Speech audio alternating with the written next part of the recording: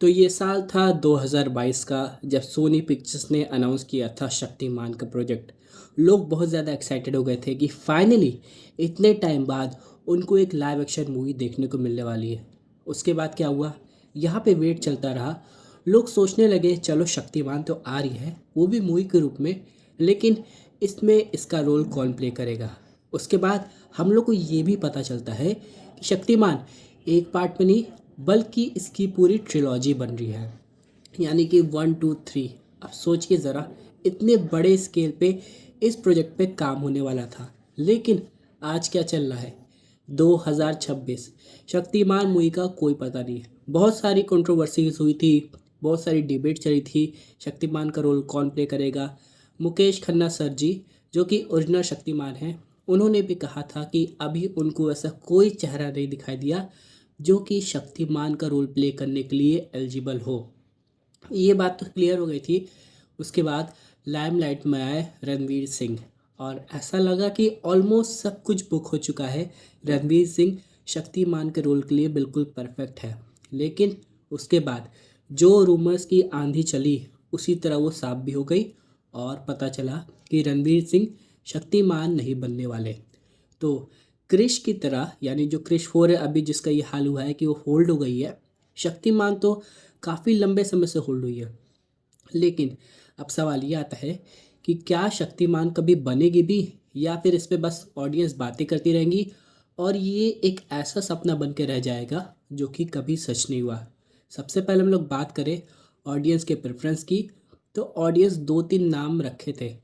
कुछ लोगों ने कहा कि रणवीर सिंह अच्छे लगेंगे, कुछ लोगों ने ऋतिक रोशन का भी नाम लिया, वैसे तो वो ऑलरेडी एक सुपर हीरो का रोल प्ले कर रहे हैं। और बीच में साउथ की तरफ से अल्लू अर्जुन का भी नाम आया था कि वो भी शक्तिमान का रोल प्ले कर सकते हैं। लेकिन सारे रूमर्स, सारी अपडेट्स को एकदम साफ कर दिया गया। फिलहाल अभी करंट की बात करें तो ऐसा कोई चेहरा नहीं है, कोई अपडेट नहीं है कि जो शक्तिमान का रोल प्ले करे। वहीं दूसरी तरफ एक और खबर आती है कि यहाँ पे कहा गया है कि 2027 में हम लोग को शक्तिमान मूवी देखने को मिल जाएगी। सवाल ये आता है, ये किस ब्रांड के अंडर होगी, सोनी पिक्चर्स या फिर भीष्म इंटरनेशनल, जो कि ओरिजिनल शक्तिमान बनाए थे इसके। तो यहाँ पे अभी भी काफ़ी ज़्यादा कन्फ्यूजन है और ऑडियंस को शक्तिमान देखने को नहीं मिली। हालांकि जैसे कि हॉलीवुड में होता है कि मल्टीवर्स का सपना जो कि कब का सच हो गया है, मूवीज़ आगे बढ़ रही हैं, एक दूसरे से अलग अलग यूनिवर्स में सुपर हीरोज़ कम्युनिकेट कर रहे हैं, वो यहाँ पे कब होगा। फिलहाल लाइव एक्शन शक्तिमान बन जाती तो एक टेस्ट हो जाता कि हाँ, यहाँ पे ये मूवीज़ वर्क करती है। क्रिश ऑलरेडी वर्क कर रही थी, शक्तिमान भी वर्क करती डेफिनेटली। लेकिन धीमे धीमे अगर टाइम जाता रहेगा, टाइम बीतता रहेगा, तो ऑडियंस की एक्साइटमेंट, क्यूरियोसिटी, इंटरेस्ट सब कुछ ख़त्म हो जाएगा।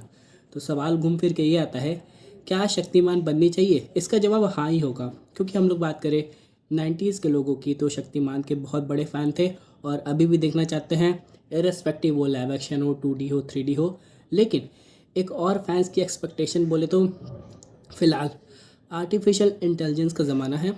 लोग कह रहे थे कि मुकेश खन्ना सर को डीएच करके उनको ही शक्तिमान के रोल में दिखा देते हैं। अब पता नहीं ऐसा हो पाएगा कि नहीं, लेकिन फ़िलहाल अभी भी यहाँ पे ये एक होल्ड है। और जैसा कि कहा जा रहा है कि 2027 में हम लोग को देखने को मिल जाएगी। अगर ऐसा कुछ होता तो इसकी अपडेट हम लोग को मिलती, क्योंकि 2026 तो चल ही रहा है, फेब का महीना आ गया है और ऐसी कोई अपडेट हम लोग को देखने को नहीं मिली है। तो शक्तिमान का फ्यूचर क्या है, ये एक बहुत बड़ा क्वेश्चन मार्क है।